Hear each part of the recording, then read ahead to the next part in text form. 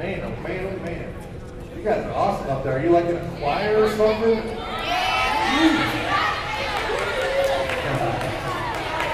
Wow. So I'm hoping to record that song in the recording studio. I work with an arranger who is an amazing guy. And interesting that the recording studio I work with, the guy who owns it, is a musician. He plays about 20 instruments, all amazingly well. And he wasn't so much bullied in school, but he was bullied by his dad. His dad used to stand over him with a belt so that he would practice. And if he didn't practice, he would get beaten. And so we all have stories. Touch the surface of any human being that you meet, young or old, and you will find that we have all had to deal with adversity, whether it came from our own family or it came from outside our family, or whether it's at work. I had an experience not too long ago in 2008 when I had made a lot of money in 1 week doing one of my NLP trainings, my neuro-linguistic trainings, and I made a ton of money in 1 week, and I thought, I have finally arrived after 30 years of hard work. I thought everything's going to work out fine from here on in, but 2008, the economy really took a dive. It crashed, and my phone stopped ringing, and I ended up being homeless. I ended up being homeless and squatting in an apartment that was being foreclosed by a bank, and it was just this crazy thing. And ultimately, that experience, I used the tools that I'm going to teach you to turn that experience around and to realize that, you know what, there's a bully. It could be the hurricane that just came through, right? It could be the next one. Right? It could be somebody at work. I got a job at one point because I was so broke after making this ton of money. I got a job at Starbucks. And I was, of course, like one of the oldest people working there for minimum wage, and this was not that long ago. And my shift supervisor was a young woman, and she started really like grinding on me and doing all the same things that kids used to do to me in middle school. And I'm like, what is going on here? So I learned a lot, and I managed to turn her into a friend. Not exactly someone I want to hang out with, but we were able to get along and work together, mostly using some of these tools. And so I want to teach the basic, there are 3 basic tools and then a technique that you can combine the tools into that hopefully can help you get through any adversity in your life, whether it's here or later on, wherever you are. We human beings are constantly facing challenges and obstacles and opportunities. So here we go. Without further ado, I would like to share with you. Oh, before I forget, let me write this on the board. I have some free stuff for you guys at my website, which is markshepard.com. And if you go to markshepard.com, you want to take a picture of there? Markshepard.com. Make sure it is spelled Shepard correctly.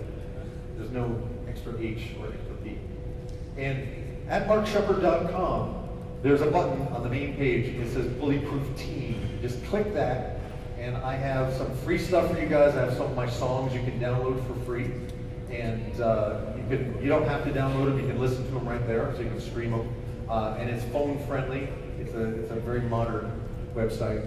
And so check that out. And join my mailing list, and I will stay in touch with you, and I answer my emails. If you have questions, you can reach me through my website. All right, so now the main tool that I want to share with you, this is one of my very, very bad drawings.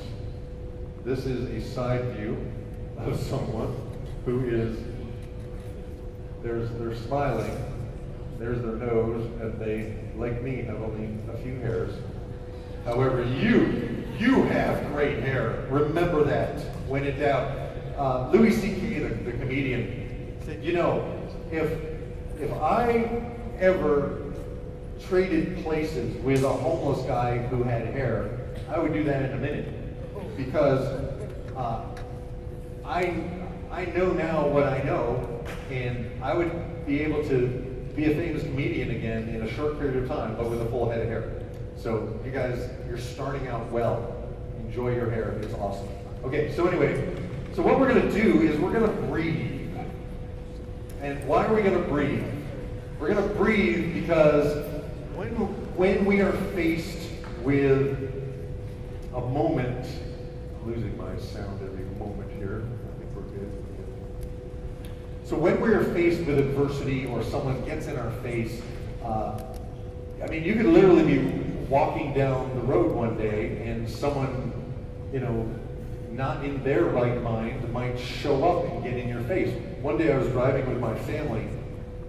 We were going through a suburban neighborhood in upstate New York, and it was Christmas time, and we had snow, and then it got really warm, so there was fog everywhere.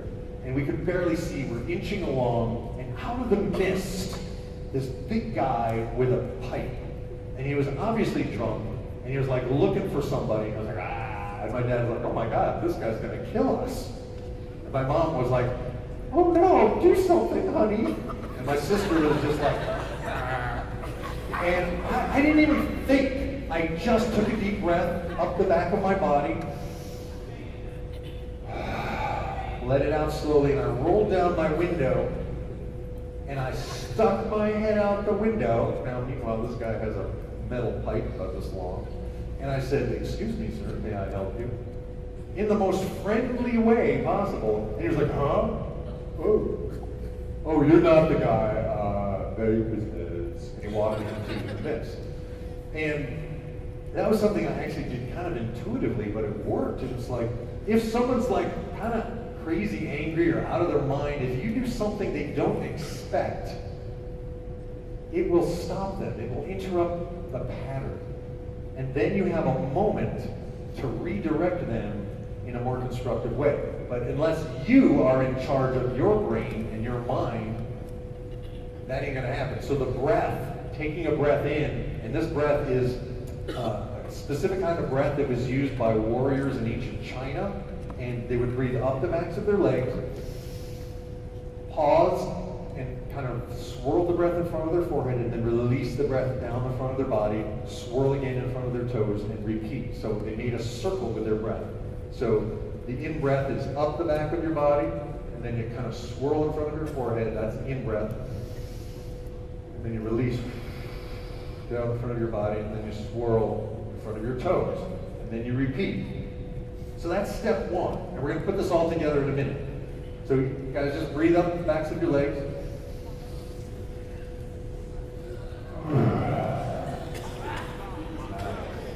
Do it again. And by the way, I use this on long airplane flights. I use this all the time. If you do this enough, this breath will energize you. If you're feeling, this is better than a cup of coffee in the morning. It really works. And teachers, it works for adults as well. And I know teachers have a lot of stress in their life. Use this. This will help. I'm getting a lot of reports back from people saying, you know, that breathing thing, it seems so simple, but it really helps.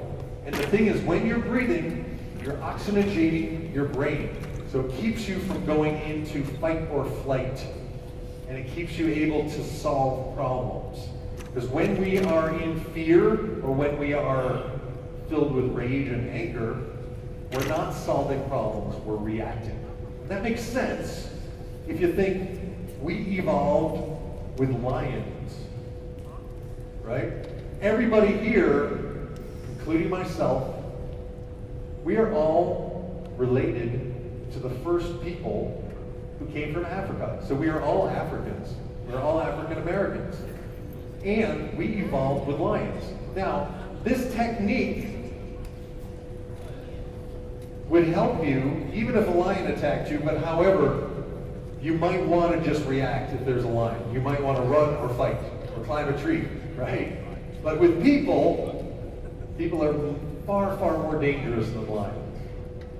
And so taking the breath up the backs of the legs, over the top of the head, swirling and releasing, gives you a moment to figure out what to do without shutting down your mind.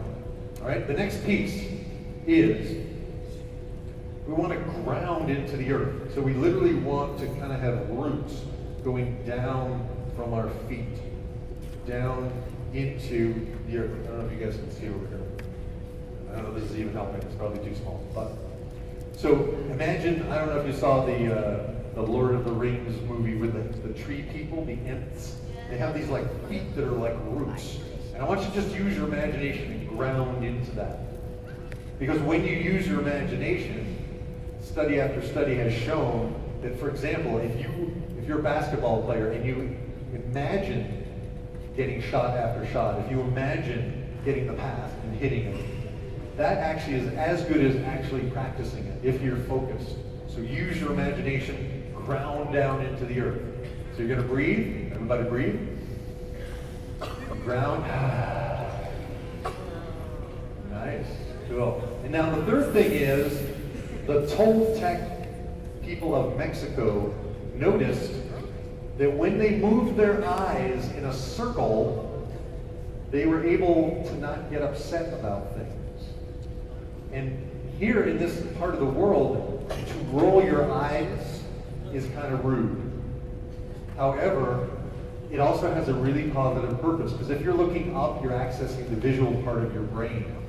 If you're looking to the right or left, you're accessing sounds. It could be your internal sounds, or it could be the sounds around you. When you're looking down, you're accessing your feelings. So if you're moving your eyes through the different parts of your brain, you're less likely to get stuck in feeling powerless or like a victim. And that also gives you resources that you can use if someone's in your face or you're dealing with really tough life challenges. All right? So the way we do it, we're going to put it all together. Can I stand up for a second, if you would? I appreciate that. Stand up. Beautiful. Thank you.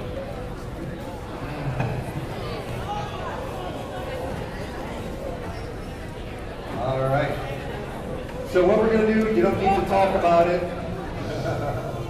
I don't have a lot of time, and I want to share a lot of stuff with you guys. All right. So when I work with peak performance athletes, I teach them, this is the basic thing I teach them, but I have 4 hours usually to work with a champion athlete to help them take it to the next level. I only have a few short minutes with you guys. So here we're going to do, we're going to breathe up the backs of our legs, breathe in, pause, swirl it in front of your forehead, and then release down the front of your body. Pause, ground into the earth, keep your knees a little bent, and just look up. Look over, and look down, and look back up. That will give you a moment. If someone is in your face, let's say someone calls you a name, let's say they call you, I don't know, let's say the worst thing that anybody could call you is a bologna sandwich, right? I can't say what people really say to each other, so we're just going to use bologna sandwich or fill in the blank, right? So someone says, hey, you're a fill in the blank. You are this or you are that. Fill in the blank. You take a breath. You ground in, you look around. And the next piece is you agree with them. Yeah, you're right, I am a bologna sandwich. Hey, by the way, did you get the homework from Mrs. Jones? So by agreeing with them, and you don't have to make what they said true if it's not, but chances are it's true. If someone called me tall, skinny, 4 eyes, I go, yeah, I am tall, I am skinny, and I do wear glasses. Hey, did you get the homework from Mrs. Jones? So what I'm doing is literally, by agreeing with them, I don't have to fight them. You can have a seat again. Have a seat, sorry.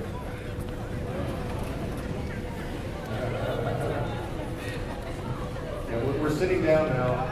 Yeah. Some people didn't get the memo. Sitting down now. Cool.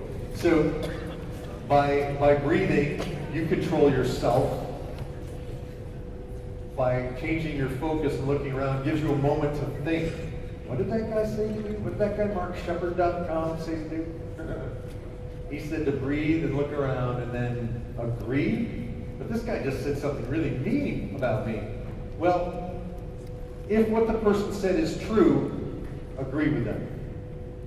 If it's not true, then you go, well, you know, you can choose to believe whatever you want about me. And hey, by the way, I saw you the other day doing, I don't know, you shot a basket. I like that, it was good, man. Or hey, you know, the other day, I really appreciated the fact that, whatever, just find something about the person that you can appreciate. And here's why. When someone is being mean to you, chances are they're feeling good or bad about themselves? Bad, right? So if they're feeling bad about themselves, they're trying to make themselves feel better by making you feel bad. But if you're like Teflon, if you're like the modern Jedi, and you just literally go, whoa, and they're attacked, you just let it go by, and then you come back and go, hey, by the way, there's something positive about you. I like your sneakers, or that's a cool sweater, or whatever, I like your bracelet, whatever positive compliment you can give to the person, and then you've just made them feel good in a positive way. Are they more likely to be able to be peaceful and get along with you from that point on? Who's in charge? Them or you now? You're in charge, right? So the breath is the key, because if we don't breathe, we can't remember this. And if you're breathing and grounding and managing your emotions and redirecting this person, you have just become the most powerful person in this dynamic. And instead of pushing back or saying mean things back at them, you actually give them something positive. And I challenge you to try this. This has worked for me every time. And I didn't always know this, and I wish I'd known this when I was in